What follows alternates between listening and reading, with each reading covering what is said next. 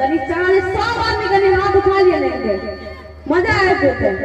कनी सब हाथ उठा देंगे तो कनी ठीक लगते कनी उठा लिया वो सब दोनों हाथ करने का कनी पीछे से कह रहा है ताली बजा के तो जा